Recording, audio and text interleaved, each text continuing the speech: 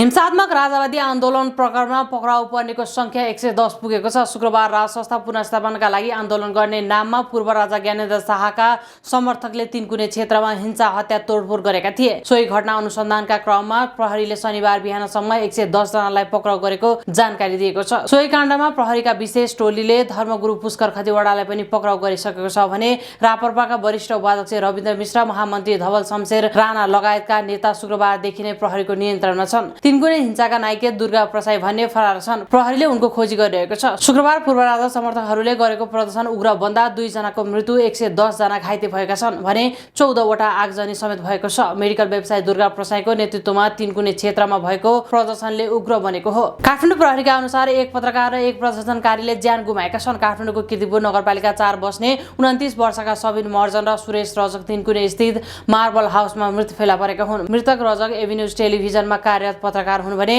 महर्जन प्रदर्शनमा सहभागी हुन्। महर्जनलाई घाइते अवस्थामा शिक्षण अस्पताल महाराजगञ्ज लगिएको अपराह्न 4-5 बजे मृत्यु घोषित गरिएको थियो।